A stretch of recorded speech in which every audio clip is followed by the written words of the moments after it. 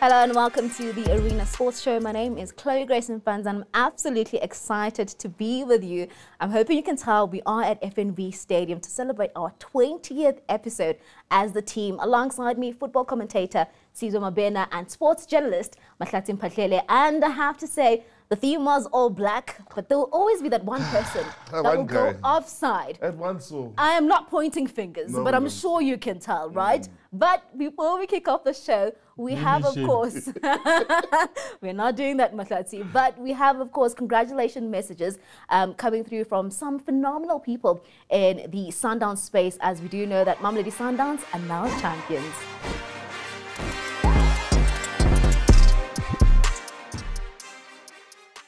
X8 DJ Naves here, and I just want to first and foremost say congratulations to the team.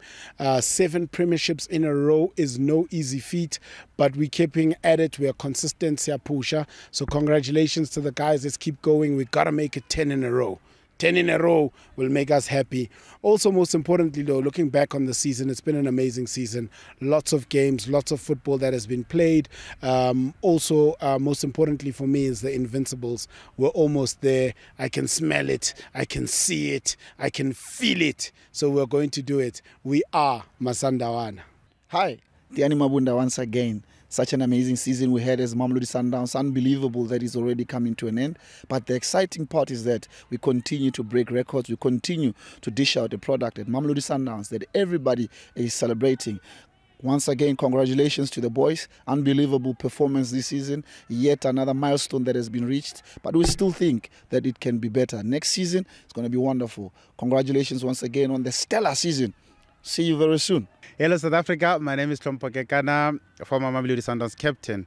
I just want to congratulate the boys of Mamelodi Sundowns, for winning the league in style. Winning the league without losing a match. That for me, it's a big highlight of this season. Of course, there's players that I love, watch closely this season, and I believe they did the work for the club. But yeah, more than anything, it's just to celebrate these boys and. Yeah, congratulations to the boys. Keep going, keep doing the things that you're doing.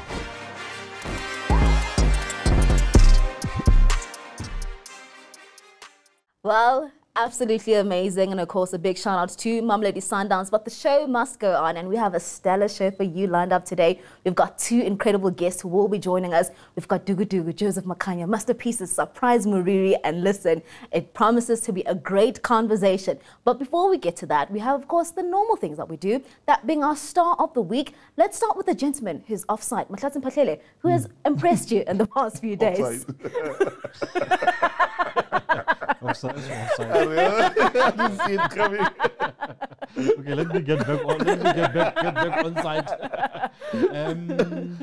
I'm going athletics this week. A certain Prudence Sekhodiso. At the weekend, she officially now announced herself on the world stage. She won the 800 meters in the Diamond League in Marrakesh, just over 157. And by the way, it turns out that it's the fastest this year. Oh, sure. A definite finalist for us, I think, at the Olympics. Yeah. As to whether she will win a medal, I'm not sure. But the way she has been doing so well on the local stage, I think she's ready to go to Olympics. And I'm quite confident that she's got enough that she can make it to a final of 800 meters. And maybe, a gold medal. We don't have Caster anymore. Yeah. I think she's just ready now to take off from what Caster has done for us. So, Mabena? Boxing. For a long time, international boxing suffered because the heavyweight division wasn't quite what it should be. But over the last 10 years, we've been lucky. We've had Anthony Joshua, we've had Tyson Fury, we've had Deontay Wilder, and a few others, including the latest, Alexander Usyk, who's my player of the week, or athlete of the week, maybe I should say. Reason being, he's unified, well, only for a few days, but he unified heavyweight boxing. He got the better of Tyson Fury in quite a match. Quite a turnout. Took a year and a half to get this match going. The whole world wanted to see this match. We want to see the 2 best boxers, heavyweights, going at it. It's been a while since you've had a Muhammad Ali Holyfield type of matchup.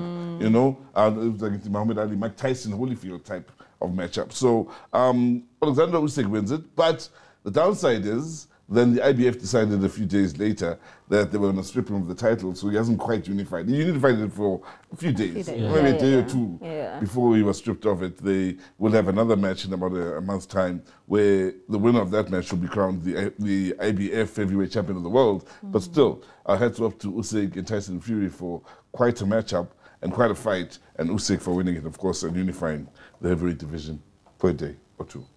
All right, and then my star of the week would be Lando Norris, who drives, of course, for McLaren in Formula One. The reason for that, I mean, when you look into McLaren the past few years, they've been building, kind of like Arsenal, just that the difference is that they are winning here and there. I was underhanded. I was no blow. But, I mean, we see the results with McLaren, which I think is absolutely inspiring. You look at the fact that Lando got his maiden F1 victory in Miami and then come, of course, in Italy, in Imola, where he got second place, yet so close, of course, to challenge Max Verstappen. But Max, of course, a world class on his own. So Lando Norris went on to get second place. So really great for the Papayas. And it's not only just Lando Norris, the second driver as well, in Oscar Piastri, who's also challenging. He finished in fourth because Charles Leclerc wanted that podium finish so much. But I think what McLaren is doing, definitely inspiring. Sizwe Mabena, you had a chat with someone to talk about, of course, your star of the week. A long-time boxing journalist who's been around the world, spoken to some of the best boxers over time, and that's Peter Liu Bing. And he gave us a breakdown, of course, of this particular boxing match, this being the biggest event of the year. Let's get his expertise on this particular match on the weekend.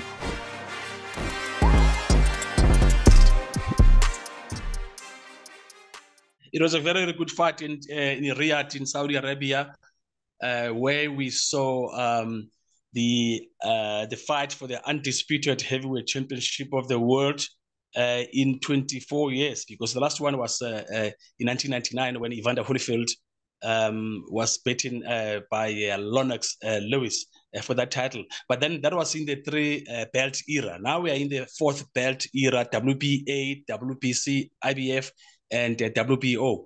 And we saw Alexandra Usyk holding the IBF, WBO, and WBA titles, defending and also challenging for the WBC title, heavyweight title, held by Fury, by Tyson Fury. And the fight started well. The first two rounds really going to Alexandra Usyk. He was very, very serious coming into the fight, and for some reason, Fury started joking around and everything, so he didn't take the first two rounds seriously. I think he gave them away, but then he came out strongly in the third round, fourth round, fifth round, sixth round, and he was winning the fight, and he was going. He was really running away with the fight, and I thought that this is it. He's going to win this fight. And in fact, it was even seeming like he could knock out his opponent, Alexandra Usyk. And I was thinking that this is not going to look him back. But then in the ninth round, Usyk started feeling the body punches that Tyson Fury really was hitting with, and I could see that he didn't like it. And there was also a rumor that Usyk cannot take it in the body. And that's what happened. Ninth round, as I said, there's Fury again started joking around. He's not taking this thing seriously. He's putting his hands around on his back. And people are just trying to think and say, what is he doing now? Does he really think that now he's a hair on points and everything? And then Usyk caught him with that beautiful right hand. And I thought it was over because, in fact, it was supposed to be over. Because Fury went all over the show. He was falling. He was held by the ropes. And the referee inexplicably jumped in and started giving an eight count. And that is not done in professional boxing, only in amateur boxing where you can give a boxer a standing 8 count. So that actually happened, and it turned out to be not only eight count, it was more than 21 count. And Fury survived. And then, yeah, the fight continued in the 10th round, 11th, and 12th. And it was very, very close in the end. It was Usyk who won that fight by a split decision. And yeah, so now we have a new undisputed heavyweight champion of the world, Oleksandr Usyk from Ukraine. But then immediately after that, in fact, about a day, less than 24 hours after that, and the IBF decided to strip or indicated that they were going to strip Usyk of his title. And yeah, right now, as we speak, Oleksandr Usyk is not the undisputed heavyweight champion of the world because the IBF decided to strip him, and they've declared the upcoming fight between Daniel Dubois and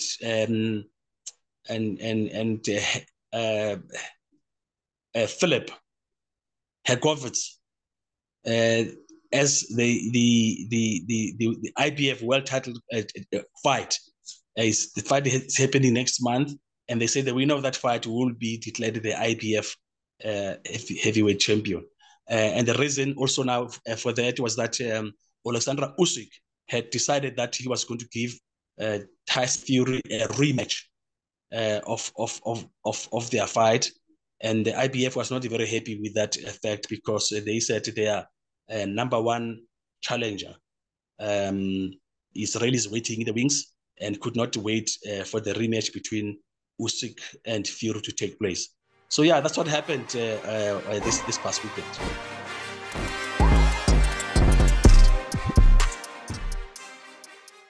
A lot has been happening in the world of sport. Let's quickly find out what's making headlines in your top stories.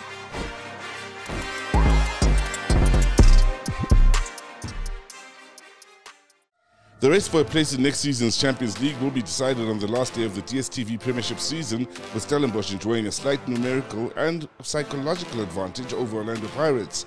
Though Stellies lost to Sundowns last weekend, they maintained their second spot with 50 points as third-placed Orlando Pirates also dropped points with a 1-0 loss to TS Galaxy, and the Buccaneers going to the last day of the season with their fate not in their own hands. Liverpool have appointed Feyenoord's Arne Slot as manager to replace departing coach Jurgen Klopp next season. Slot has been in charge of the Dutch team since 2021 and won the Eredivisie League title in the 2022-23 season, along with the KNVB Cup this season, while Feyenoord also reached the Europa Conference League final in his first season at the club. South African Rugby Union say they are very happy with the transformation progress. The organization's president, Mark Alexander, has said the latest internal audit of SA Rugby's Strategic Transformation Development Plan 2030 paints a picture of a sport tracking firmly in the right direction. Overall, I am happy with our performance. The provincial unions all showed massive commitment and passed their self-determined targets. Team demographics are a challenge in some areas, but pathways are becoming better transformed, which is very positive for the future, said Alexander.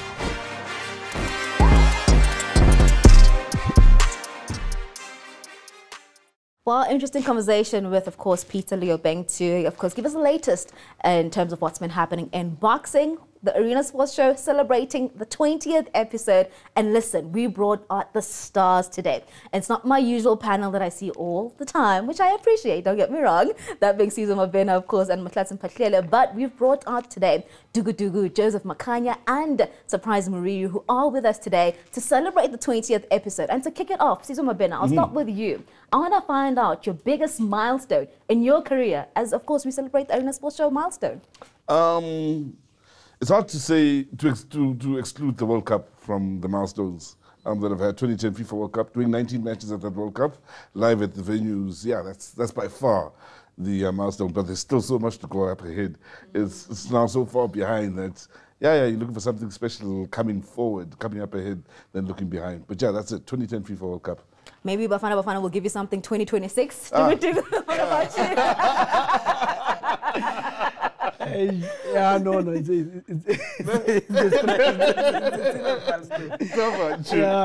a tough one. But obviously representing maybe Orlando Pirates and also maybe being the captain of the team at some point, and also maybe donning the national team colors. What about you, Masterpieces?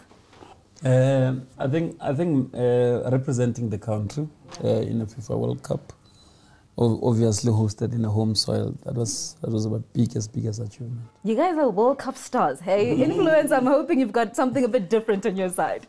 Well, I don't know if traveling with national teams to other countries also count as represent your country. You did in some way. It does, then, you know, we've been there. But I was going to say, I think the first time I saw my name in the paper as a young reporter, it was some sort of a fulfillment of a dream, you know, something that you've worked very hard for, maybe that.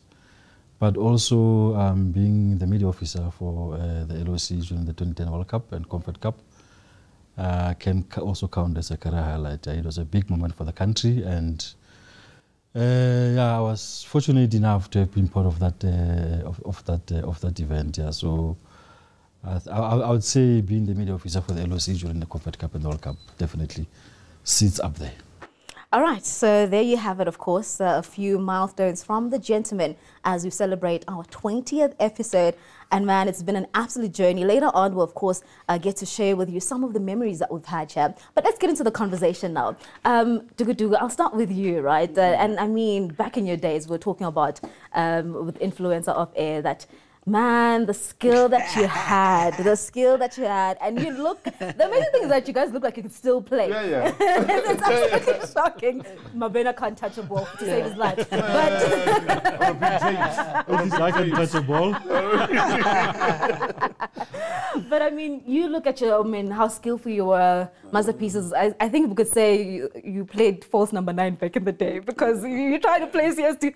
Where does he play? Attacking midfielder, striker? But you mastered the role well. I want to find out from you, Duku-Duku, starting, I mean, with the support of management, how important is it to ensure that, you know, you're successful? We look at Manchester City. I was listening to Thierry Henry, and it was like, you know, Man City do well. Yes, there's the money, but there's also the support of the management. Talk to us about the importance of having, you know, a strong management that has structure to ensure the success in a team. Yeah, back in the days we used to have the late sort of course, may his soul rest in peace, because of we came through the ranks, and she played such a huge role in us, maybe making sure that whenever we go into the field of play, we feel like we want to do something for the team, and also the responsibility of playing for the team as well. Because now it's a team I was formed in 1937, so you can imagine how many players have done the jersey. So obviously on its own it's a pressure. So it's always important that we have your backup, maybe your management as a backup, so that at least whenever you go in there, you don't feel that much of a pressure, even though the pressure is there. Yeah. But the pressure that you need to take is for you to perform and make sure that you enjoy yourself whilst doing it, because also it comes with a lot of responsibility. For sure. So they lessen that responsibility. So that's a role that they play in terms of maybe making sure that by the time you go into the field of play, all has been taken care of. All that's left is for you to make sure that you dazzle in the field of play. Masterpieces, 12 years with Mamelodi Sundowns, and I mean, here you are as well, still with the club now, and you've seen the club grow. Talk to us from your perspective, because a lot of fans always say, yeah, it's the money, but there's more to Mamelodi Sundowns but the money. Yeah, I think there's more than that. I don't think it's fair to say it's only the money. There's more to that. And also, if you look at the investment that the Motsepe family have made in the team, and also the supporters of the Mamelodi Sundowns, and the structure that has been put in place to make sure that the club operate in the level that they are operating in. I think it's more than the money, the structure itself, and also to make sure that whoever is at Sundowns understand the responsibility and the vision of the club. Because I still remember vividly when the president took over first time in Sundowns, when he sold his vision to us as players in terms of where he wants to see the team. Everyone bought into that because we understand that it's not all about him. It's about making sure that he takes this club and putting it out there to make sure that it competes with the world, especially once the team to become the best in Africa and obviously to compete globally, which is something that we are still pursuing. But in Africa, I think we are really doing well. But I must say that this is the vision, and also having belief, and also being able to also sell it to the people who are involved, which is the players, the supporters, and all the technical members, and also the workers at Sundowns. Because even the guys at the gates, they understand the responsibility that they have in terms of making sure that the club reach their objectives. Okay, let's bring it now to structure in terms of the field of play, right? We always talk about the importance of having good players around you, you know, players that they understand you and understand how you want to be serviced, right? Duku-Duku, you look into the greatest midfielders of all time, be it internationally or here at home. You could have your list. I mean, when you go internationally, you can have Platini, you could have Modric, you could have Patrick Vieira, the list could go on. And then when you come home as well, the list is different. So when you look into South African football and the midfielders that we have, because that's the heart of the team, what have you made of the midfielders, in your opinion, in the country? Yeah, if you look back then, when I got to Orlando Pirates, I found Thabo Mngomeni, Godfrey Sapula, John Mieti, Brendan Silence, Tso Vilagazi also came through the ranks as well.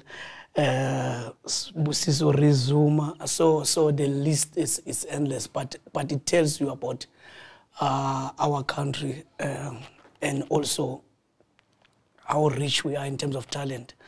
And those players, they said maybe a benchmark, especially in terms of maybe how are we perceived in terms of maybe creativity, hence which is something I got to play with Teko Modise, who was also a creative mind as well.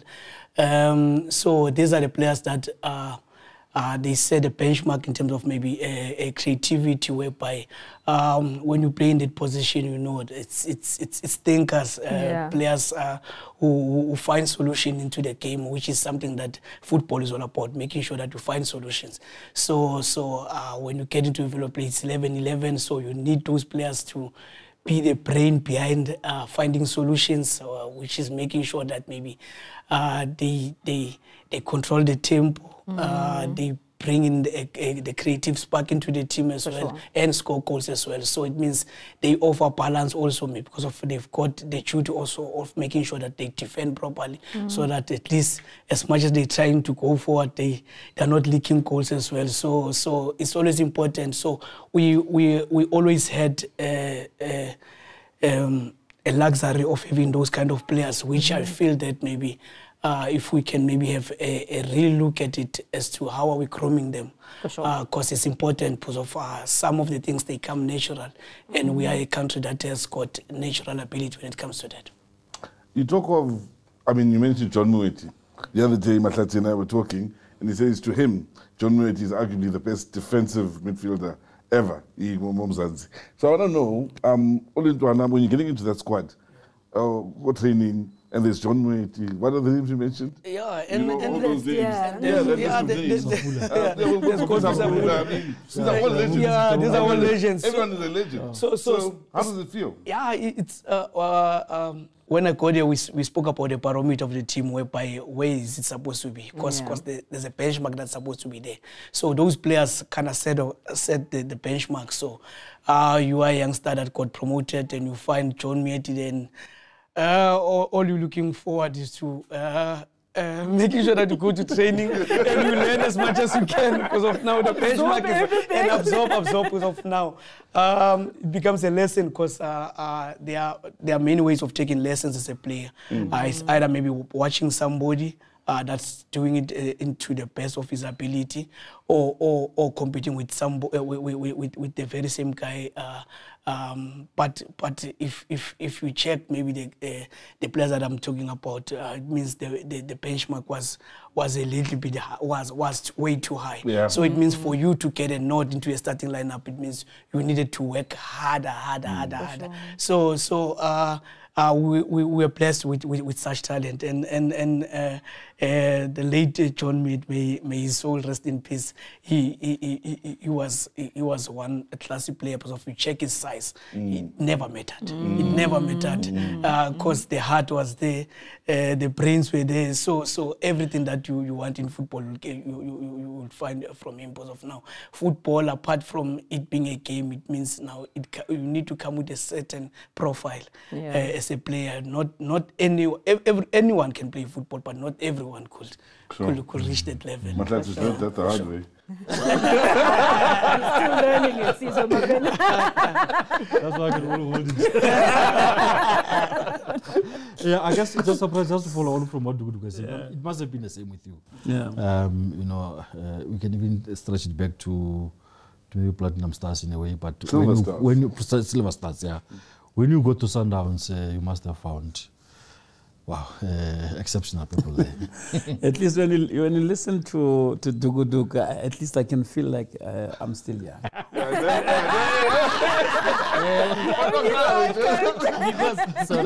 Because he's mentioning the likes of Thabo Mngome, right and silent.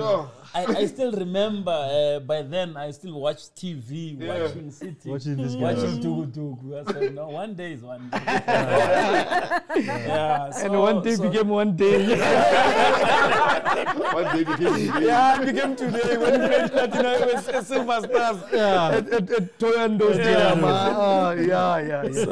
So those were the very, very, very good players. You think of Thabo Mngome and John Medi. John Medi is hard, and you look at the size.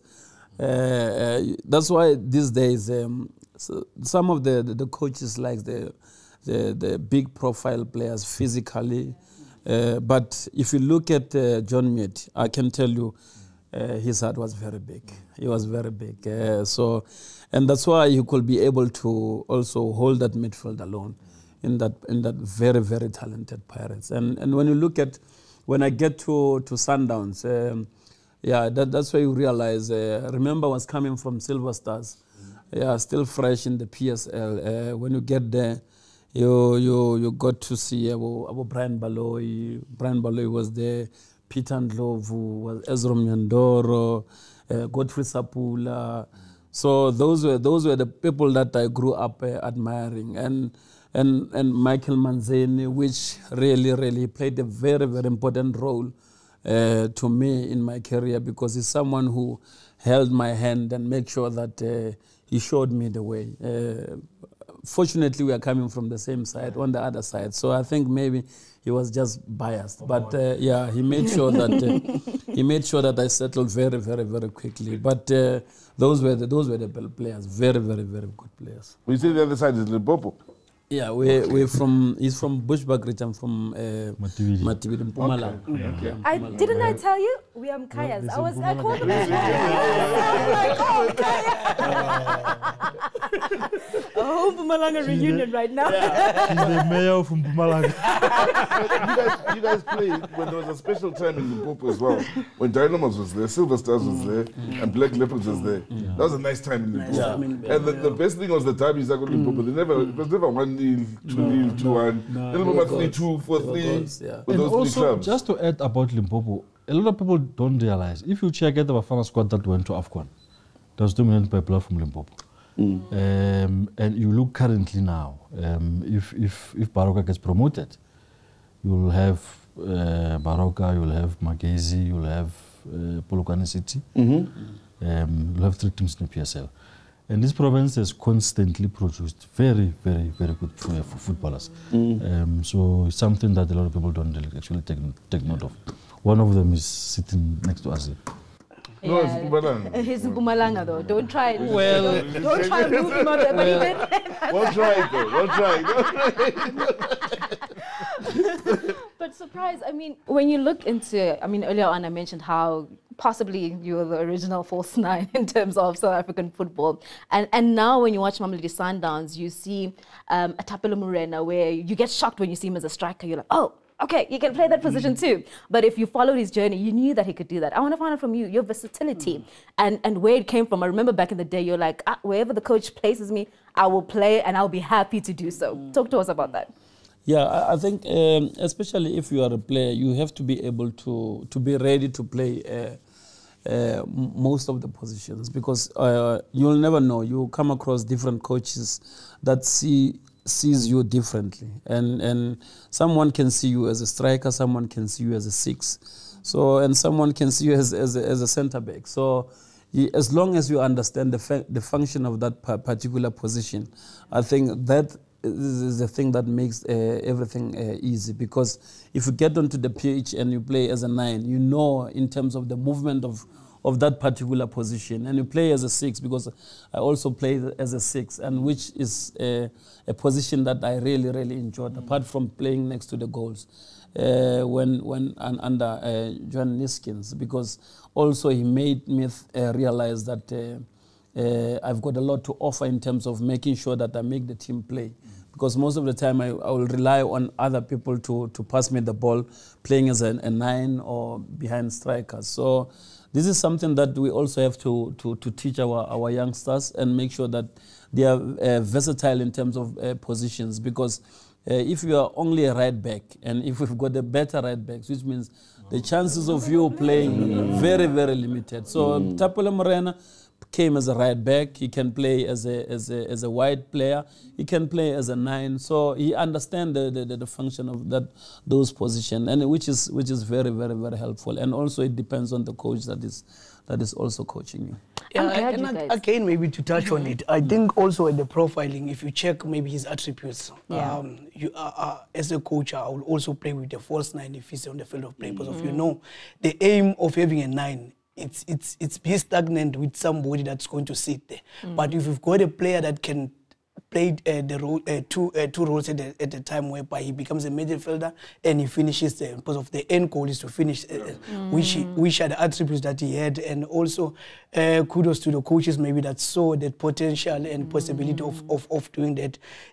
This is our role now, whereby we need to make sure that players are enhanced in a good level, because it was also done on him, whereby a team gets into the field of play and you look at maybe the lineup and you're thinking there's no striker, but and you'll be you'll find yourself in a shock of a life, because of now Surprise will get in there, and because he used to score goals with his head, he used to score goals with his, so it means you never needed somebody to stay there. Yeah. So because if you have somebody staying there, it means you are minus 1 player that you are short of, maybe in your midfield or on your structure as well.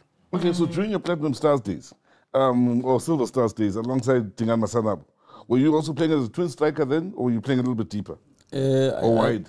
It depends. When Masanabo was playing, I would play behind Masanabo. If maybe he's not playing, I'll play as a number 9. Yes, okay. So, yeah. Because he was the leading goal scorer for a while at Silver Stars and Platinum Stars after a while.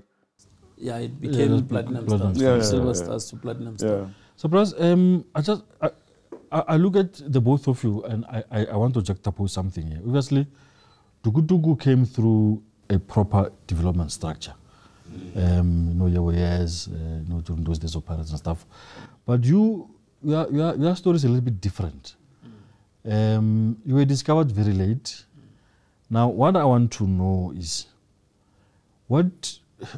if sometimes you think, how much better could you have become if you were lucky like Duku-Duku, having been through a proper development structure? Because that's where you learn basics, you get corrected, and if you have got bad habits, they are corrected at the early age. For you, somehow, boom, boom, boom, you were there playing in the PSL without even going through a proper development structure. Yeah, I think maybe this is in two folds, because sometimes also I say maybe I could have become better than I was. Also, I'm saying that had I also came into a coach that will make me better, because these days you'll find that you go through structures, and you'll find you need people that can be able to guide you and make sure that they give you the direction in terms of grooming you and identifying your strong points, and also helping you to improve on your weaknesses. So I think I always ask myself the very same question that had I gone through the structures, maybe I could have become better than I was. And also, I'm not taking away some of the things that I've learned in the rural areas, because there it was just football, unstructured. And there, that's where you learn more. Yeah, you learn more there, because there's no whistle. Hey, stop, do this and this. Hey, stop, do this and this. Because there you have to react to situations. Sometimes goalkeeper is not there, you have to become a goalkeeper. Sometimes there's no defender, you have to go play as a defender. The pitch so is not the pitch is not level. Hey, here's the stone, you have to react. So those are the things that also groom you and make you understand that anything can happen. You are always ready for that. If it goes there, you know that it can hit a stone and go the other side. If it goes there, you can be able to react. Like a rugby ball. Yeah. And I'll forever appreciate those moments, because I think I really improved a lot. In terms of, also people say I can be able to control the ball, but you know that if you are not able to control it first time, the second time you might not get it. So you are always alert in terms of making sure that that ball, when it comes, you have to make sure that you control it. Because if it bounces, maybe let's say you don't even want it to bounce because it can bounce. And I love how he answered that question, because of also development. It can take certain things away from you. When I came to Pirates, I like to believe I was one of the best dribbler in my but that got taken away, because now it means now you are limited in certain things that we have to do in the flow of play. So instead of maybe enhancement, so I like to believe, maybe as a youngster, maybe the situation, the environment shapes you up into a player that you might be. So it's a positive one, the way he answered it, because one will believe that maybe I could have turned out maybe a better player, but only to find that maybe certain things were going to be taken away from you. But now, because of your situation now, certain things came because of, if you check about on certain things, that the attributes that he possessed, the first touch, he was magnificent on that. So it means the setup where he was groomed him into becoming a better first touch player in terms of maybe taking care of the ball as well, and also realizing situations, because of also the hardness or the tougher situation. Also they bring something out of a play. So maybe sometimes, like he answered it, sometimes it works, sometimes it doesn't work. For sure, But also I must say that it worked for him also, because if you can look at the player that he was, you can also say that in terms of him going through the development structure, it also gave him the base, because we knew that if he has the ball, he's the type of a player that he can be able to run with the ball. And he can be able to cross the ball and also be able to kick the ball. So those are the things that also he learned from the other, from being a development, going through the development structure. And I must say that that's what I'm saying. It's in twofold. For sure, Yeah, it's in twofold. And I also, this way also, I'm in favor of it. And also I know that even those who are in the rural areas, we must also give them a chance, because there are things that are really happening that side. So what I want to find out from you guys, I mean, picking up from what we're talking about in terms of development and the structures that we have in South Africa. You know, sometimes you go to the stadium and you meet up with parents and they'll be like, yo, my child is in this development team and yes, they're talented and my goodness, but they're not getting game time. So I want to find out from the both of you guys, perhaps some of the challenges that you deal with in terms of development in the country, and perhaps some of the surprise factors that you guys have seen. Yeah, it's a tough one, because that's what we're dealing with every day. Because every kid in his parents is the best. Yeah. He's a Messi. He's a Messi, and you know, parents, they always lean towards their kids, no matter what's happening. But now, if your kid has to play in an environment like maybe a Sundowns development or a Pirates development, it means now talent or his behaviors, they have to speak for him rather than you advocating for him. So it means now these are some of the challenges that we normally find, but at the end of the day, if you are in that setup, we're talking about giving a chance to a kid that's talented. So it means talent comes first, and the parent takes a big seat. They have to just to support the kids. So which is something that it's our daily bread, whereby parents now they are enforcing certain maybe decisions on kids, whereby kids all the time. You need to play my kid. He needs to be in a starting lineup. He's better than you. So you as a coach have to make the decision. And at the end of the day, if you are grooming a kid, he needs to know that it's a lonely place out there. Once you get into a field of play, it's a lonely place whereby whatever you know, it has to speak for you. Yeah. So once we reach that one, then I think we are able to find maybe solutions in dealing with that. So quickly to follow up on that, Surprise, I mean, we've seen in terms of South African football where we see youngsters and sometimes, unfortunately, they disappear from the system. And you hear of a youngster that, oh my goodness, this youngster is absolutely talented. But then as to now the progression, sometimes that progression doesn't always happen. Yes, this season has been a bit different where the volume about playing youngsters is a bit louder and we're seeing more youngsters being played. And of course, the teams and coaches being more confident to actually give those youngsters a chance. I want to find out from you as to perhaps the cause of, why some of these players disappear in the system and how they get lost. Yeah, I think maybe is the guidance. First is the guidance, because if you look at most of the youngsters, let's say maybe for instance, this season he will play and maybe everyone is raving about him. And I don't know what is it that happens. All of a sudden they go back home, they come back pre-season, the next season is different player because now he start to behave otherwise. He goes home in his hometown, he start behaving somehow. He's a superstar in the tournaments. He's behaving somehow. He comes back. He doesn't really want to work harder. And one thing that I can say is that fortunately for us, when we were growing up, still as youngsters, when we got to Sundowns, I knew that I was a youngster because I was surrounded by very experienced players who were able to guide me.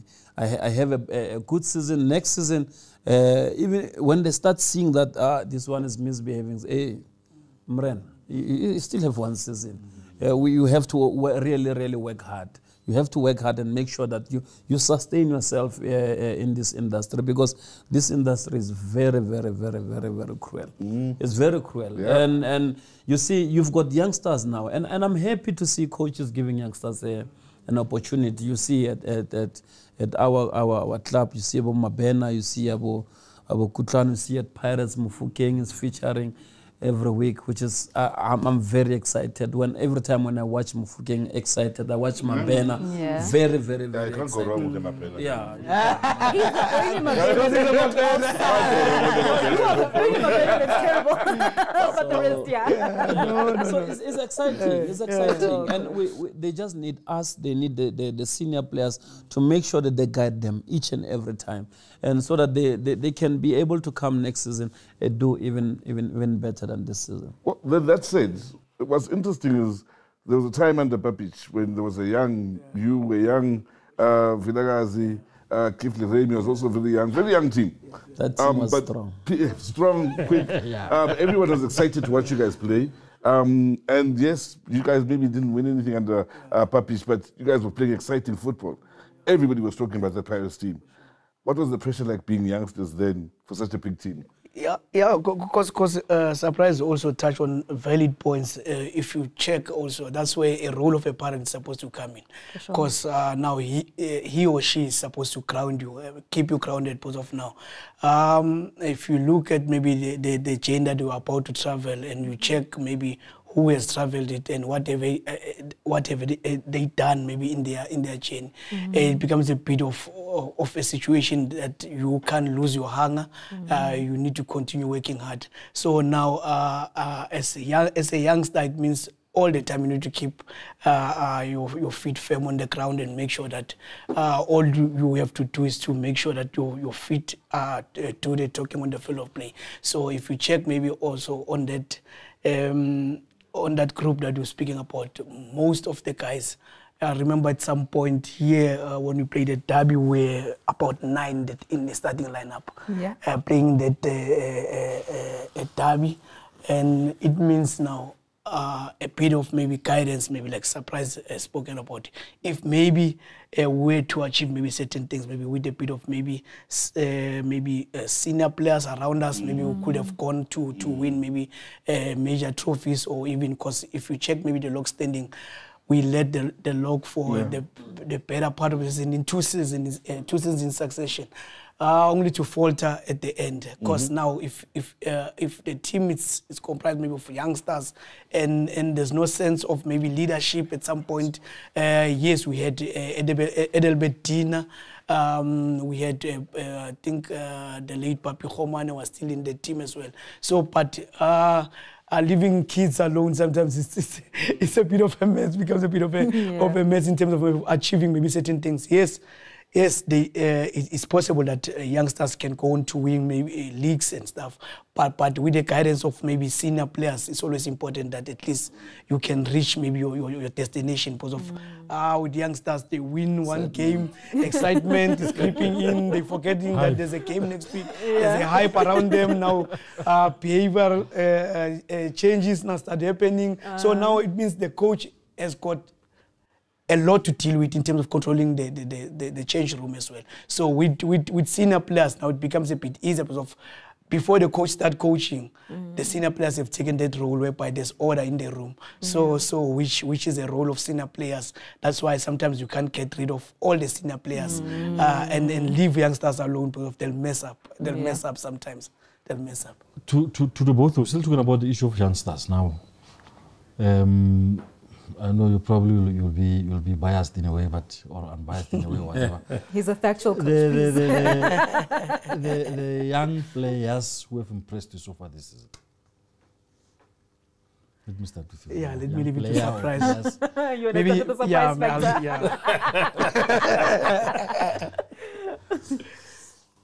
In the PSL, DSTV. Yeah, I think I must say that the player from Stellis, what's his name? It's Jaden Adams. Jaden Adams, the one who went to AFCON. Yeah, I think he really had a good season, and I must say that Mofokeng really impressed me. I must say Mofokeng really impressed me, and also with the number of games that he has played, also you are able to see, you understand. And also I can say our own Mabena, he's got lots and lots of potential, you understand. So maybe next season he will show more of that in the DSTV, because I always watch him at our district games. Amazing player, very good. But I must say Mofokeng has raised his hand this season in terms of making sure that everyone realizes that he's a good player. Yeah, it's Shendra. Yeah, it's a Shendra at Supersport. Yeah, but I must say that this Mofokeng, based on the number of games that he has played, but based on the potential, I can also say Campbell Mabena's got a huge potential. I've never seen a player like Mabena at that age. To be honest, I'm working with young players now, but that kind of a player, the intelligence, football intelligence, things that he does with the ball. Sometimes I used to sit back and say, wow, and equally so with Mofokeng. I like attacking players. Yeah. Of course, you should like attacking players. Also, I'll also maybe put in maybe Titus into the play, because also you check the number of games he played, the number of goals he scored, the number of assists that he has. So also I'll put him into the fold as well. But also, you check really the rise of Relay. Relay, right, yeah, Coach? we are proud of him. We are proud of him. We are proud of him. Cause also again the bravery from the coach as well. Cause it comes with it as well. Cause now maybe sometimes as coaches we sometimes hold up these young players, thinking that we're protecting them or maybe scared of losing. But with Relay, you check the time he started maybe raising his hand. It's when Lodge has gone to Sundowns. So now it means now he had to take the role of being a key member in the team, and also now always speak to him or tell him about maybe the benchmark that he hasn't done enough. He hasn't done enough. I believe that there's a lot that can still come out because of goals as well, because he's one player that's exciting when he has the ball.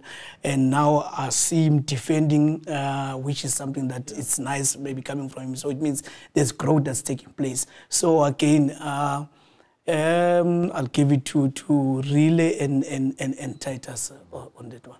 So just to put one off the cuff, really, I mean, with the players that you guys have mentioned, would you like to see them play overseas? Is this something that you desire for them? Because, I mean, when Relay, we saw he went to Wolves for trial, which was, I think, a great experience for him. But now when you look into the rest of the players and South African football, especially the male side, we haven't been taking a lot of players overseas out, as compared back in the days. Yeah, which is the case, because if you check maybe the squad that played maybe 96 and won the AFCON, you check the personnel that were there, where did they play? It tells you about if we are to export maybe players overseas and they are exposed to even better competition, they'll come out and benefit maybe our national team as well. So if he can go out as young as he is and live up on the dream, because of one thing as footballers now, when you're still an aspiring maybe footballer, all you want to do is to reach the greatest height. So the greatest height in football is you maybe representing your national team. You get to represent your national team now. You want to play for the best team in the country. You get to do that. You want to play for the biggest team in the world. So now it means now you start thinking about Real Madrid, you start thinking about Barcelona, you start thinking about Arsenal, Man City. So if there's a chance of him maybe reaching maybe in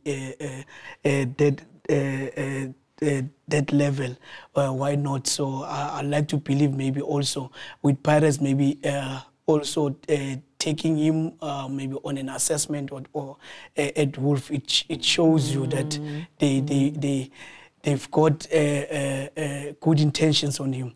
So which is something that I would like maybe to see it happening, whereby maybe he gets to play for one of the biggest teams in the world. In marketing some of these young players and talking about lack of young players going overseas, there was an outcry recently with our junior national teams and qualifying for the big tournaments, World Cups and under 20 AFCONs and so on. How important is it then that, because you guys work with the youngsters, firstly, are we good enough to qualify? What do you guys think? And secondly, how important is it for us to qualify for those tournaments to be able to export players? I think maybe Surprise will start on that and then I'll finish it off. I think we have enough quality in the country to make sure that we can have a national team, irrespective of any age group, to go and compete out there. It's just that these days they are not playing too many games. You have one game in January, the other one is in June. So they are not having too many tournaments. And if you have these youngsters not being involved in tournaments against other countries, it becomes difficult. And we have to get to a situation where our junior national teams are being exposed to other, playing against other countries, which is something that will benefit us and give us an opportunity to make sure that we prepare well for bigger tournaments. That will also give us an opportunity to go and represent the country in the Olympics, in the World Cup, or whichever tournaments that will come. But I still believe that in the country we have lots and lots of talent. We just have to make sure that we nurture the talent. And also coming back to the issue of exporting young players. I think we can do better in terms of that.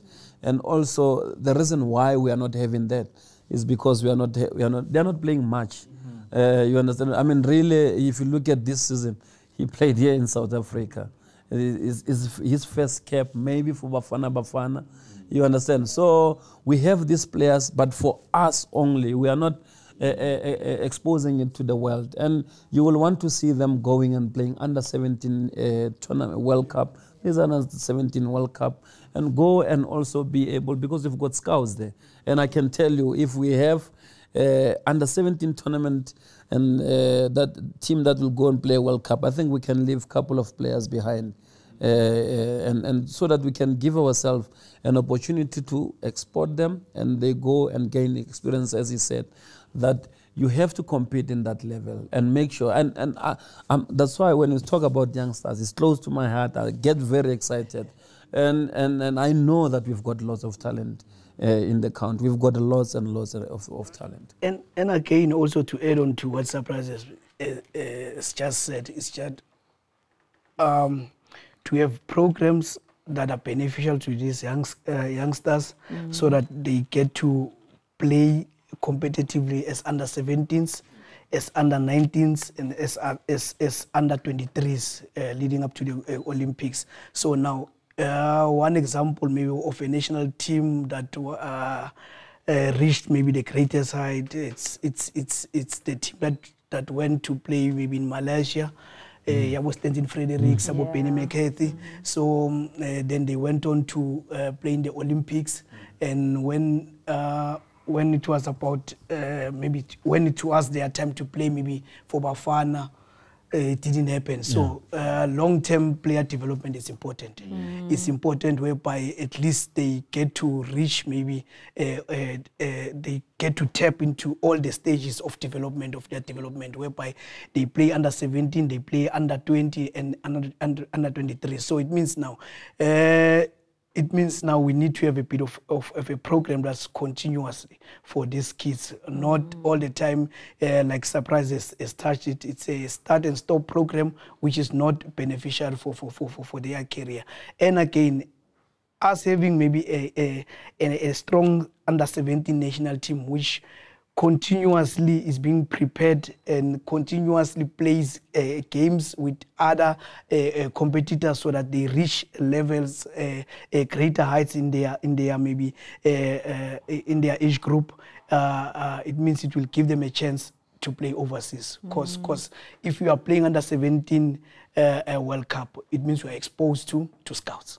If you are playing under 20 World Cup, you are exposed to scouts because they want them as young as possible.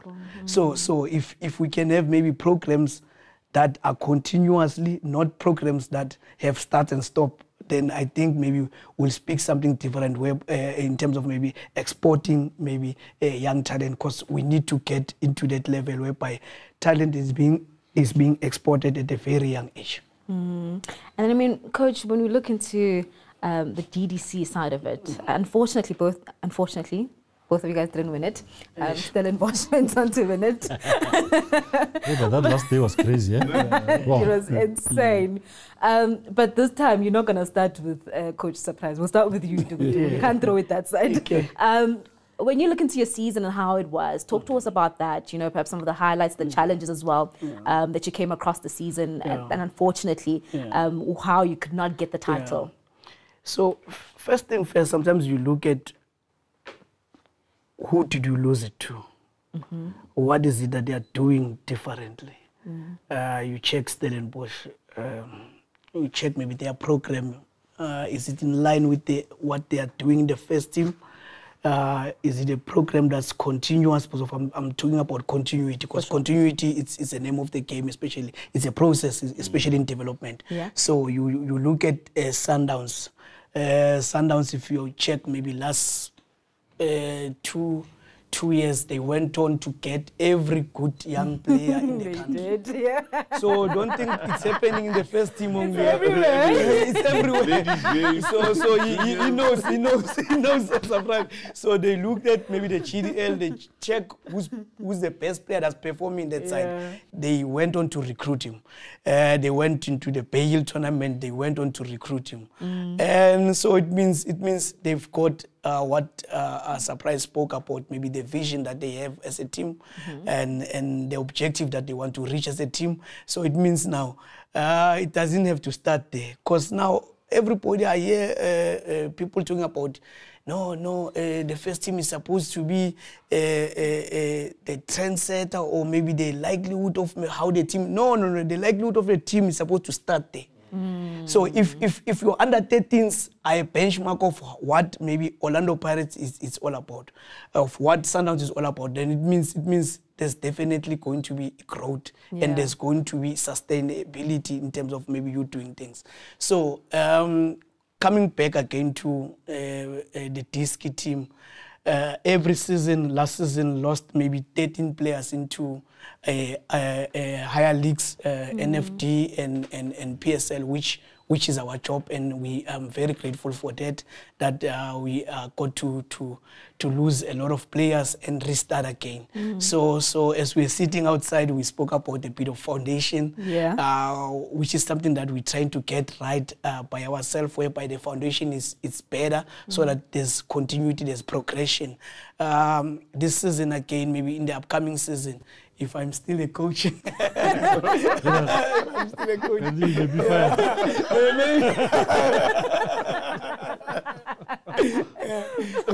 I'm still a coach, then I don't like that Let's go into the PSL. Oh, maybe.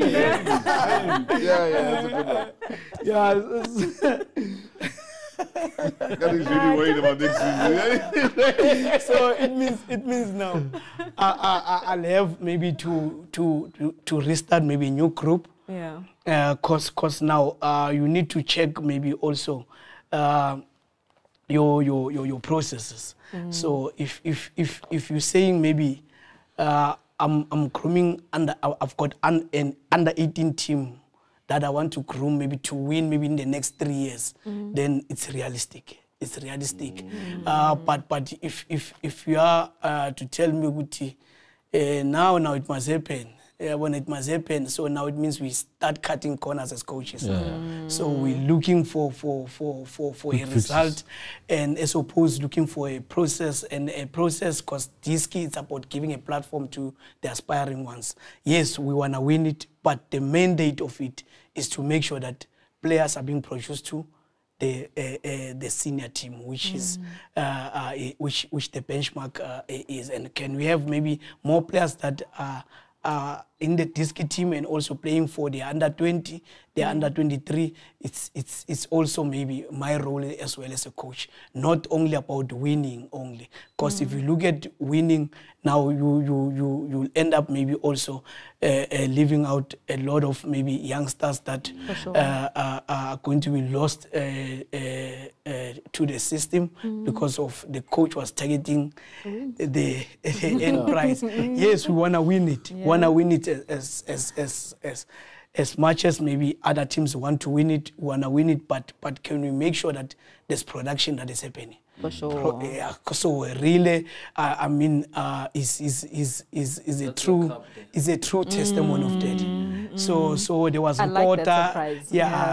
There's also Nkota who was coming out nicely, and he got injured last at the end where also he started training with first team. Because if you start seeing those kids there playing and holding their own, now there's your cup. That's the cup that Surprise is talking about. So you become proud, because at the end of the day, we're not saying we're giving talent to the boys. We're saying we're guiding them so that they use their talent in a good way, and it benefits the team at the end, whereby also the team, because it puts so much investment into these kids. So it means now, if you're looking at the end product, which is maybe winning the cup, yes, we want them to know how to win matches.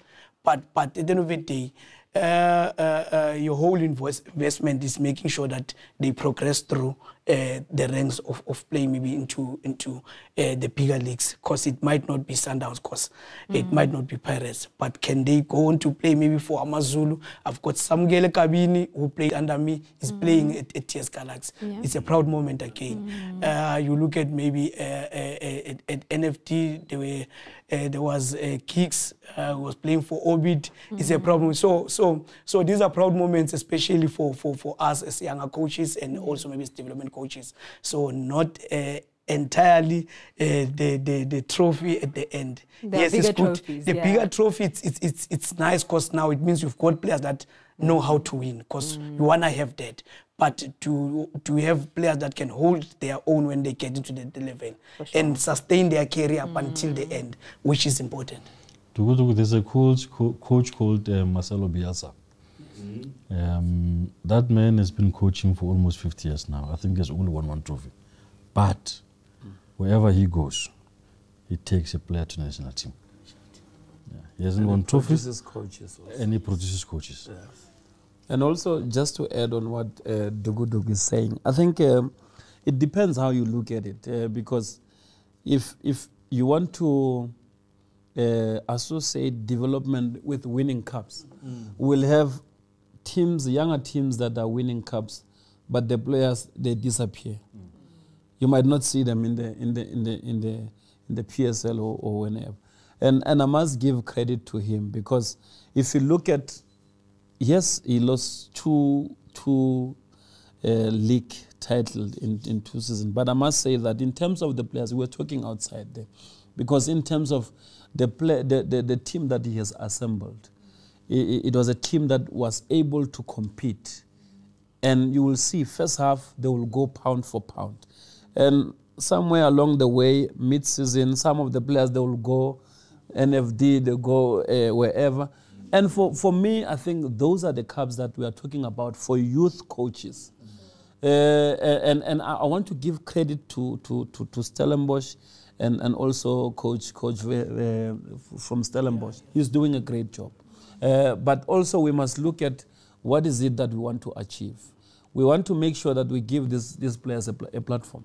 Because one thing about coaching development team is to make sure that you prepare these boys so that they can be able to play under any coach. If you prepare them technically, the game inside has improved, and you take him to any coach, he's able to adapt, because technically he can be able to execute whatever tactics that the coach wants to do. So if you want to win cups, and also it's our responsibility to make sure that we instill the winning mentality by also winning the cups.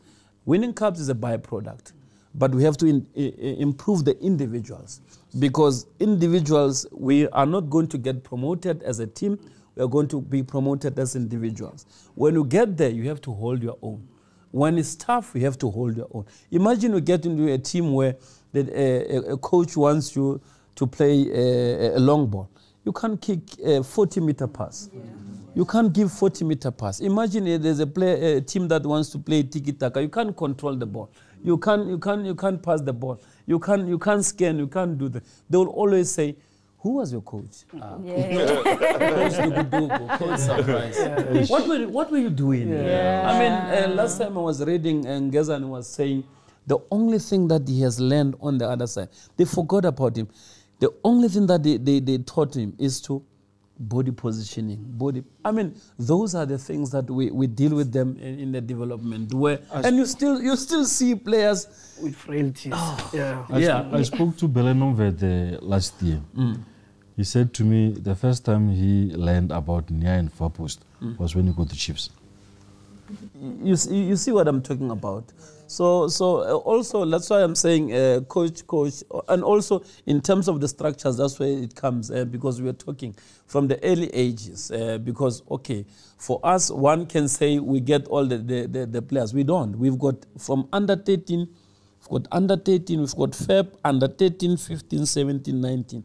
So which means we have all the age groups, and also these players have to move to Diski and to make sure that they are able to to help the disc. When you get to disc, if you can go to the PSL, if you can't go to the first team, there's a branch. You can go to NFD, you can go there, you can go there.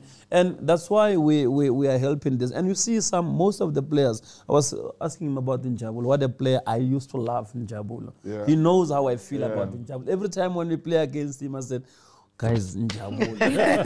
And there's nothing that we can do. What a player he is. Now, when you guys look at, let's say, the current DDC champions, Stellenbosch, you look at the first team. They are going to be pushing a ladies team as well. The development also goes to under 13, under 15, somewhere there. Yeah. As an institution, should everybody else be scared of Stellenbosch 5-10 years from now? Should we be worried as in a good way? I mean, there's another team that's going to compete and keep you guys pushing, keep Pirates pushing to add to SuperSport, to add to the other teams like Amazulu that are good enough to compete. Is Stellenbosch one of those sides? Yeah, you're talking about people that never shied away from the process. And also it allows them, because it differs with every institution. Because now with Sundowns, Pirates, your Chiefs, the result are supposed to be imminent. So it means now you check it, maybe what is happening, maybe to make an example, maybe Chiefs. How many youngsters are going to be broken by the situation that is happening? How many youngsters are we going to lose again based on what is happening?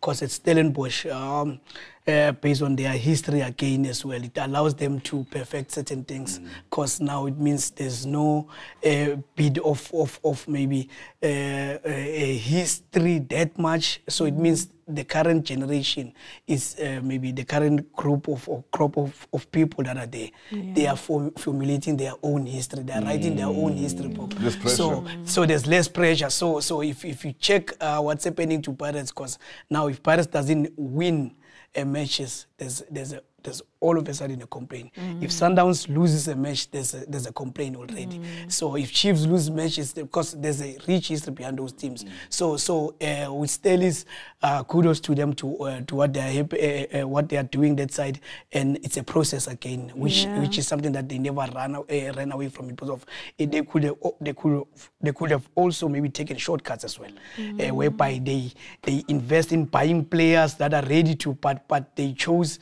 a different route, which is making sure that the process is refined and it's properly. So again, the very same teams that we're talking about, because of Czech Sundowns now, they're in a race to sign Jaden Adams. So but they must pop out 40. They have that kind of plan. It's not a problem. So it means It means now he's going to send the very same teams that are running away maybe from the process. They end up buying the same product of the process. So they end up buying the same product of a process of now. You check maybe the players that Stellenbosch has produced that are ready maybe to be sold to teams only because they were given a platform. Because of the environment that said it's less pressured compared to what we are faced with every day. But maybe we're lucky then to have Stellies, because we lost Vets, which was a very good club, very good institution. Development. Lots of history behind it. That Stellenbosch is another that's just arrived now, but doing it the right way. The right way. But I must say there's something good happening. There's something good happening. Sure. And if you look at the structure, we went to Bay Hill also, you can see they are doing something good there. And again, I think also it's them, instead of giving maybe a player maybe a 2,000 rand, they give him nothing but a proper development and a foundation whereby he's being groomed for greater things. So sometimes maybe with this maybe so-called big teams, we normally spoil them at a very early age, whereby also hunger disappears a bit somehow, whereby at a certain age the player, because of his talent, is already earning certain amount. So but that side, the end product, and maybe where everybody is destined to get to, it's playing for a first team. That's when maybe you'll be exposed to peer contracts. You'll be exposed to peer contracts. But you know what I find interesting with what you're saying, Duku-Duku? I've had several conversations with parents, right? And what I've realized is that sometimes it's the parents that are actually pushing for the money from the clubs, where there was this young boy, actually used to play for Sundowns. He left Sundowns, came to your team.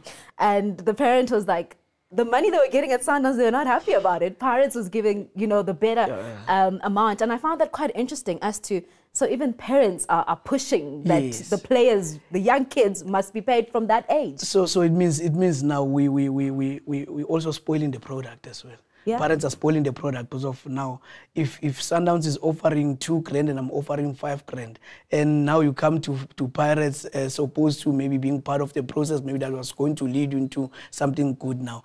Now it means now kids get lost into the thing, and also parents having also to play a role whereby they make sure that they protect their kids, because the outcome of the end product is to make sure that that kid get to play me professionally.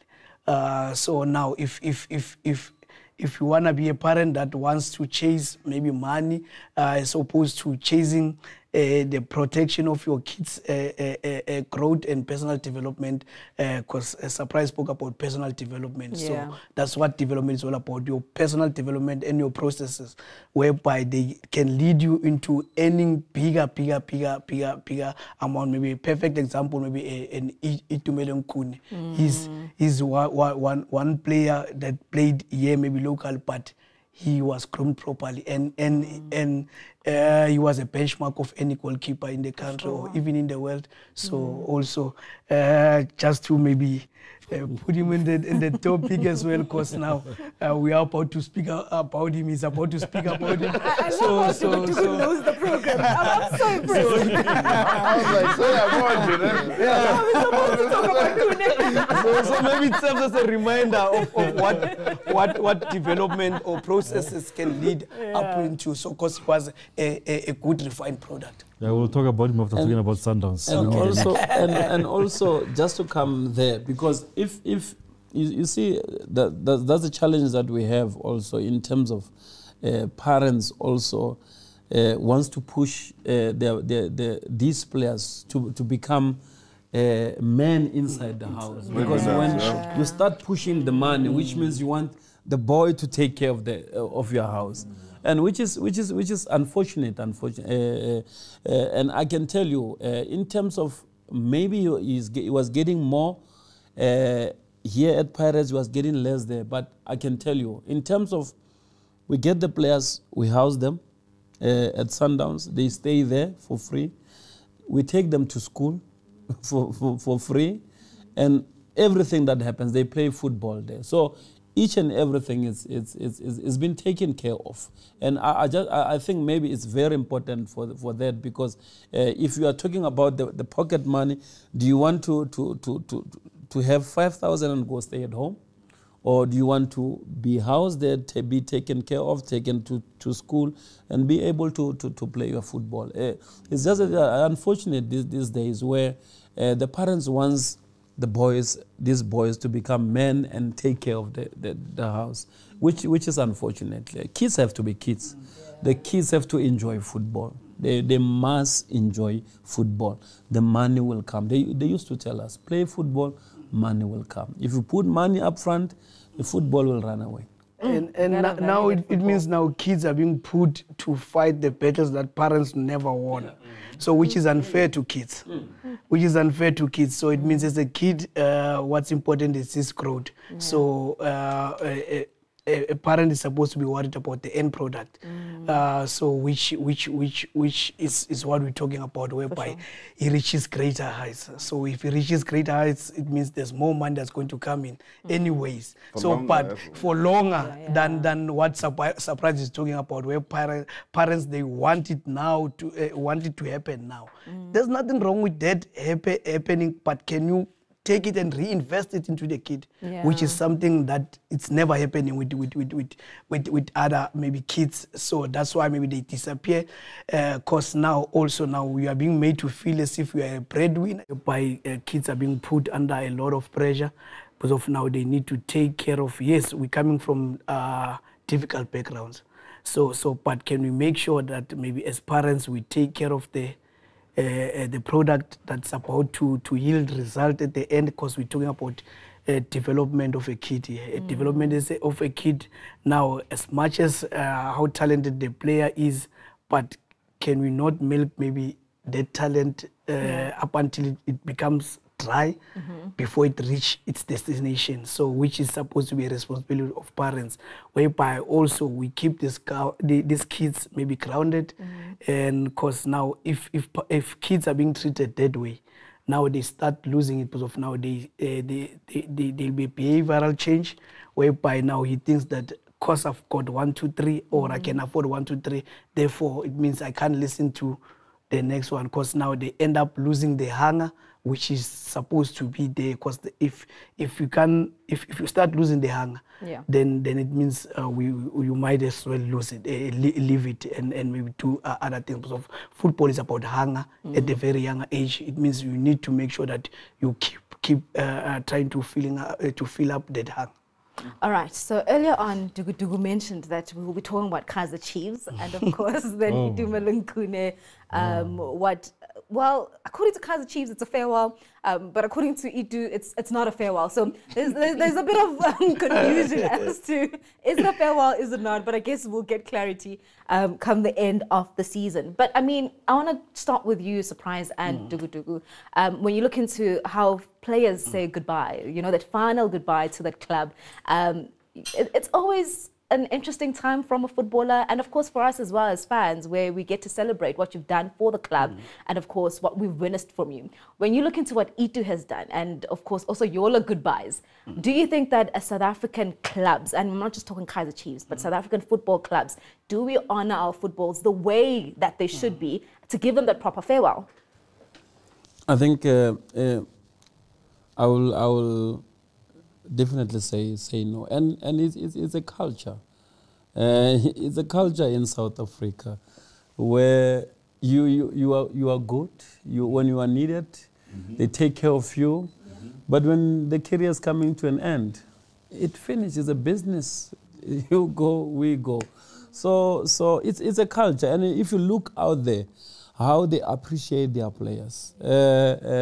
Irrespective of what, they will make sure that your last game is your last game, and you feel it, and they make sure that all the years that you have spent in the club, you can really say, you know what, at least these guys, they really appreciate me, because as players we sacrifice a lot. Of course, it's a job, we are getting paid for that, but you must understand that in between also, in between the business, there are a lot of things that are involved.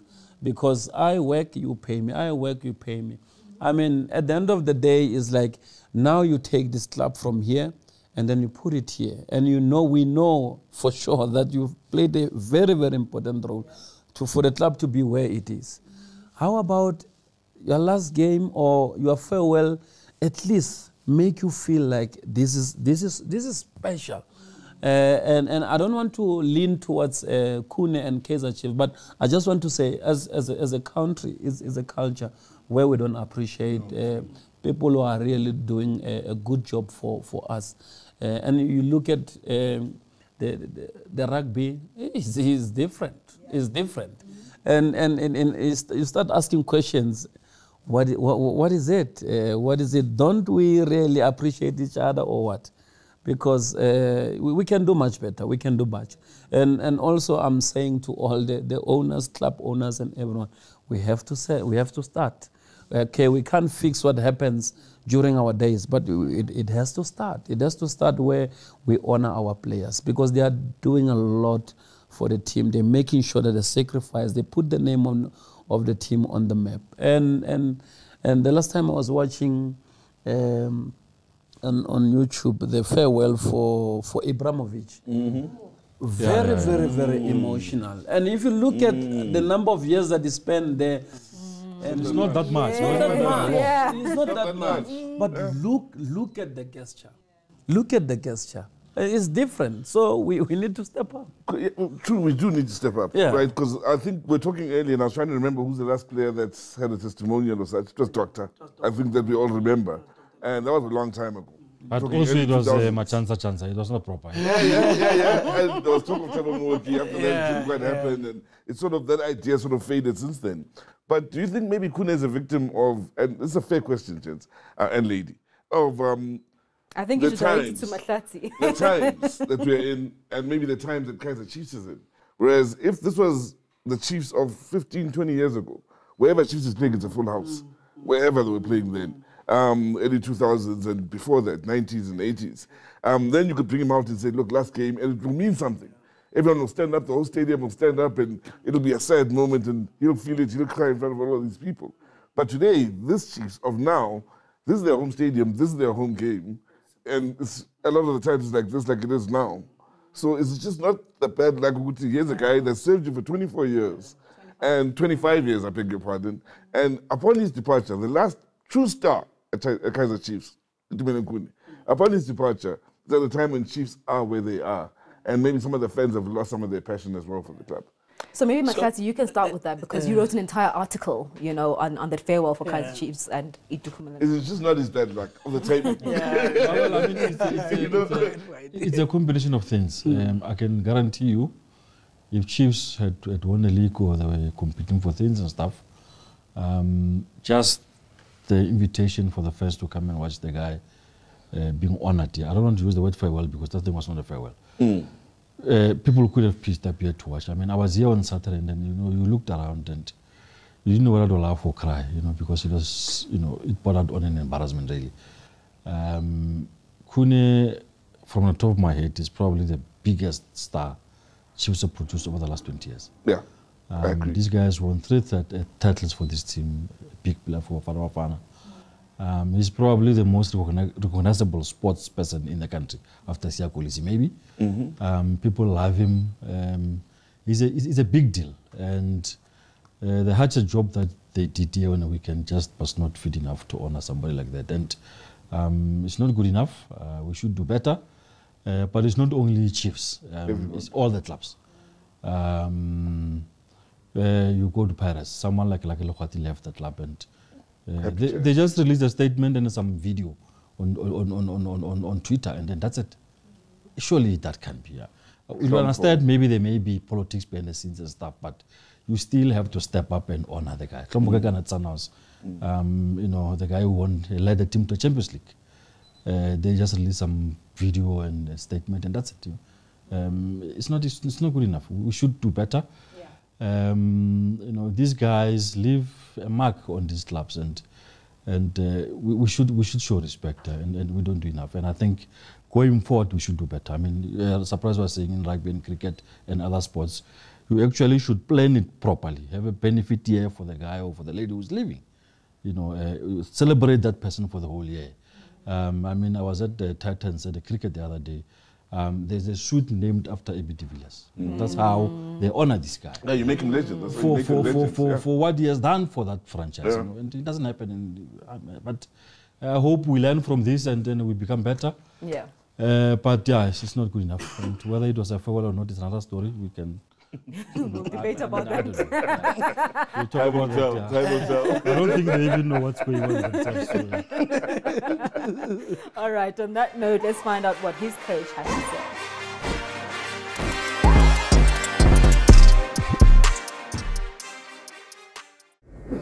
Ladies, firstly, we give thanks to Ito for serving this team in such great years. He did a lot for the team, and he's still doing more for the team. So we just honoring him.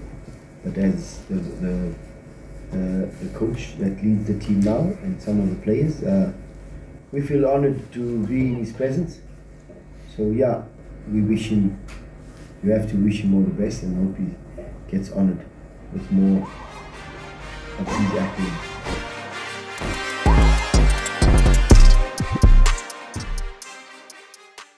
Very nice words from Coach Johnson, of course, and a very successful career for Itumeleng, and we'll hopefully get clarity soon as to what is what, but we keep things moving, and there's no way we can end this show without talking, of course, about Mamelodi Sundowns, the DStv Premiership side, who have managed, of course, to be champions yet again, and man, it's the dominant surprise, and I mean, the team has done so well, breaking records as well. And I mean, you listen to Coach Rani Mukwena talk about the fact that it's not only just about the winning, but it's also the team, the camaraderie amongst the boys, where they also get to grow together. Because yes, the CAF Champions League, but when the team grows together and wins titles like this, then there's better hope for the CAF Champions League as well. Yeah, I can agree. I must say that the team has really done well this season, and also in terms of also breaking the records, you can see that the guys are working hard under the leadership of Coach Rulani, of course, with his technical team, because you can see the amount of games also that they've played, the traveling and everything, and you still come back home and win the league in the manner that they've won, and it's amazing, and we really have to give them credit that they deserve. Duku-Duku, from your side, when you look into Mamelodi Sundowns, and of course... Yeah, what makes me happy is that he's one of our brothers. Kind of once and always, isn't it? Yeah, no. Yeah, so he's a blood relative, so which makes it nice. Yeah, so also big up to him and all the great work that he has done, and also again. He's setting a benchmark for all younger coaches as well, which is it's a bit difficult to, maybe if you think about it, to reach it, it's a bit difficult. And also again, we have to be proud of him. Yes, there's great investment that has been done, but to get the team to be in fluid motion like he did, it also tells you the work that is being put behind, so which is something that's very commendable, and I'm very proud to see one of our coaches doing so well at a great club like Sundowns as well. For sure. Can I just put you guys on the spot here now? Obviously, we know the dominance, and Sundowns will probably go back into the market now and buy bigger players and stuff. We have big players, but they'll buy more. They'll add bigger players. What I want to know. Who are these bigger players? What do you know that I don't know. We've got big players. They are going to get players. What I want to know is, looking at the way they are now, and looking at, we can almost say the lack of pressure from below. Because, I'm happy Duku-Duku is here, because if in the league, Pirates have also been very disappointing, if we are to be honest. Just look at the points difference between them and Sundowns and stuff. Stellenbosch have punched above their weight. We didn't expect them to be there. SuperSport lost their way along the way. Cape Town City and TS Galaxy not really strong enough to can push. We can pretty much expect a similar thing may happen next season. We don't know. What I want to know is, do you think Sundowns can win the league again next season if there's not too many changes in terms of personnel and stuff? Definitely, I think they will win the league. And also, I think maybe if you say the other teams were disappointing, I will disagree. I think maybe Sundowns has just stepped up. They just step up, to be honest with you. And because if you can look at the gap also, they're just way above. And if you can ask again, next season, I can definitely say, yes, they will win it again. And if you look at the mentality, and you must give it to them, and the coaches and everyone, the hours that they put there at Chlorokop, those guys really work hard. And I know that anyone will want the glory, but if they have to ask you to be in their shoes, I don't think most of us will be able to also fit into the shoes and the hard work that they are really doing. I'm talking about the technical team. I'm talking about the players and the traveling also. They come to Chlorokop at night, midnight. They still train there. So those are the things that also separate yourself from the rest. And you must really give it to them. And I must say, under the leadership of Coach Ruran, I agree with him, is one of our own. And when one of our own is doing well, we really have to give credit. We are not really giving our own people lots of credit, and we must really give him a lot of credit. He has really did well. The age that he is, the achievements and the records that he has broken, I think we have to give him. And also for us, is an inspiration. because as younger coaches, I say younger in terms of experience, because he's younger than me. Yeah, I just want to clarify. Yeah, because me and you were there.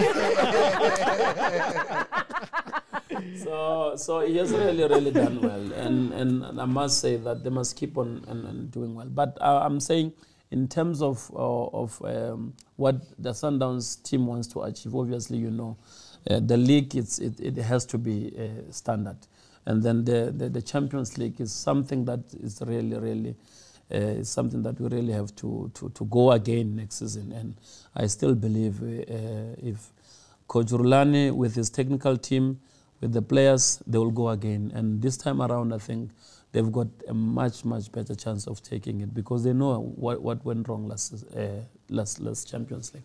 All right, Duku-Duku, to add on that, you look at Orlando Pirates and one wonders where the inconsistency comes from, because Orlando Pirates will start off the season where you think, okay, from the previous season, they've got a chance. They definitely should be competing for the league. And that doesn't happen. But they end off the season very well. You look into how they ended last season. I mean, only 21 goals conceded. And now, currently, the season as it ends, they are currently in form. Yes, they lost against Galaxy not so long ago. But they've been in form in the second half of the season. Why is that? And perhaps also Pirates next season, what do you see for them? Yeah, also you also have to give credit to what Coach Jose has done, because in the past season you look at maybe the number of trophies that he has won, also that also, because yes, Sundowns has been cleaning the trophy cabinet, but you guys get the cups now? We get the cups, you get the cups, which is something that maybe if and also as we check maybe the current season, Coach Jose also won the MTN 8, which was a good start for him. It means also it kind of alleviated the pressure from him as well. Maybe he needed that pressure maybe to make sure that he continues, maybe so that he challenges Sundowns. Because if I look at maybe the other teams who's closer to challenging Sundowns, it has to be Pirates. It has to be Pirates, and I like to believe that also maybe the rate that they are going at, and maybe they might step up also maybe to challenge maybe Sundowns next season. Because now also again on the 1st of June, it's a cup final where Pirates also participate. Fixture right in front of us. I'm a Pagani at heart, so I'll still go for Pirates. Because of now, if we check also to salvage maybe your season again, the way you've opened it up. Why not in terms of maybe closing it with the cup, cap it up with the trophy? It would be nice. So I'll give it a 2-1. I know the heart says Pirates, but the mind says, "Eish, it's gonna be difficult." It's a mountain to climb. It's a mountain to climb. But I believe because they've done it before, and on the MTN 8 they've done it before. Why not to replicate the same? And I must say that Cup final is a different ball game, because whoever steps in on the day and shows, out the way, right? And because a lot can happen in a match. A red card can happen as early as possible. An own goal can happen. A penalty can happen. So it's a game that has got a lot of possibilities. So it means now the grass will definitely suffer at the best stadium. and also you check the stands. It's black and white. The zebra. It's a zebra stripe, so it's black and white. So it fits the occasion. It fits the occasion. Yeah, maybe I guess if we're starting to wrap up now, I just want to check, guys. Your coach and player and football of the season. Your coach and football of the season. Coach of the season, I'll still give it to Rulani. Footballer of the season is a toss-up between Tito and Ronan. And also not forgetting the Brazilian Ribeiro. I think he did a sterling job as well. So it tells you about if we are to bring foreigners, those are the kinds of foreigners that we want to have in the country. Because also he has set the benchmark a bit higher, because very strong on the ball, scoring goals, creates goals, and he's a marvel to watch. So also he's high on the list as well. Also, again, if maybe Sundowns were not also competing in a lot of games, they had a lot of reshuffling. Tebogo Mokoena also set up the precedent of what is like to be a player of the season, because he's just continuing with his form, and also he's a marvel to watch as well. Too good. Too good to watch. And you say? I think the coach of the year, I think it's not a debate. I agree with him. It's not a debate. But also we must also acknowledge Baka from Stellenbosch.